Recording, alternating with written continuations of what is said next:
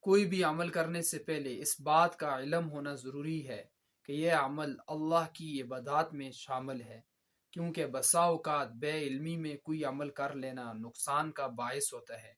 علم کے ساتھ ساتھ مزید تین چیزیں ضروری ہیں۔ نمبر ایک، نیت، کیونکہ کوئی عمل نیت کے بغیر درست نہیں ہوتا۔ حضور نبی کریم صلی اللہ علیہ وآلہ وسلم کا ارشاد گرامی ہے، انما الاعمال بالنیات وانما لکل امرئ ما نوی۔ اعمال کی بنیاد نیت پر ہے، ہر شخص کو وہی کچھ ملے گا جس کی اس نے نیت کی ہوگی۔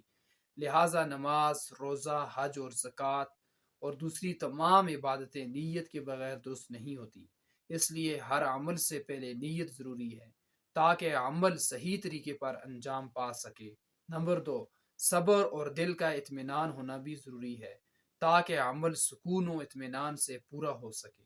نمبر تین، اخلاص، یعنی عمل کا صرف اللہ کی رضا کے لیے ہونا۔